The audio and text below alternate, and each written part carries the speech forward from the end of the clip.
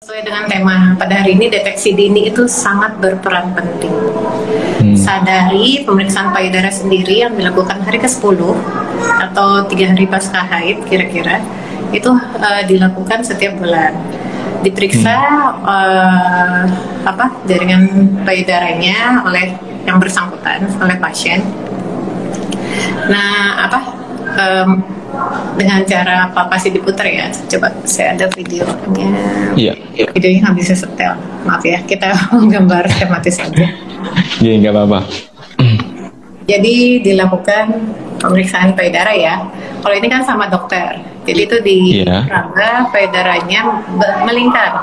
Seluruh payudara dari sisi luar melingkar, semakin menyempit ke dalam, ke tengah semakin lebih ditekan karena lebih tebal jaringan payudaranya sampai terakhir di daerah puting itu harus dipencet sedikit untuk melihat ada cairan atau tidak. Seperti itu. Nah, nanti yang dilihat gejala-gejala yang tadi yang saya sampaikan. Kalau sampai ada benjolan, kalau namanya deteksi dini, kanker payudara stadium 1 itu kalau dia kurang dari 2 cm. Kalau stadium 2 itu antara 2 sampai 5 cm. Nah, jadi kalau misalnya masih awal, itu sebaiknya segera ke dokter. Dan ingat, kanker payudara awal itu tidak nyeri sama sekali. Gitu. Jadi, kenapa? Karena kalau segera ke dokter,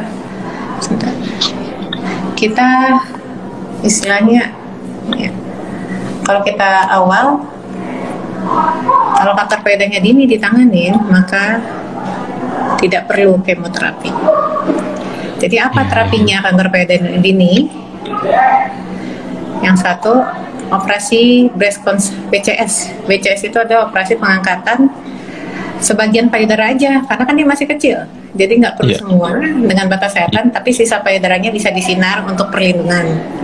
Tapi kalau misalnya nggak mau sinar, ya berarti operasi pengangkatan payudara seluruhnya itu nggak perlu sinar. Kalau kelenjar getah beningnya kurang dari 4 yang ada penyebaran. Seperti itu, Mas. Iya. Jadi kebanyakan itu pasien saya itu lebih dari 60% tuh stadium 3 minimal datang. Jadi kalau udah stadium 3, maka pengobatannya udah jelas harus kemo. Kenapa kemo? Karena memang kankernya udah kuat.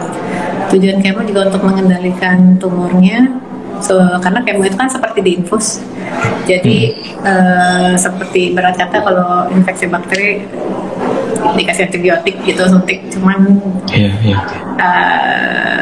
efeknya seperti ibu hamil kali ya, mual muntah, cuman ditambah kebotakan aja yang sifatnya sementara, yang akan tumbuh setelah pengobatannya udah selesai.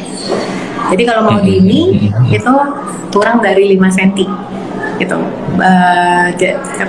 Kita bisa lakukan operasi tanpa harus mengangkat seluruh payudaranya. Jadi seperti ini. Ini ya.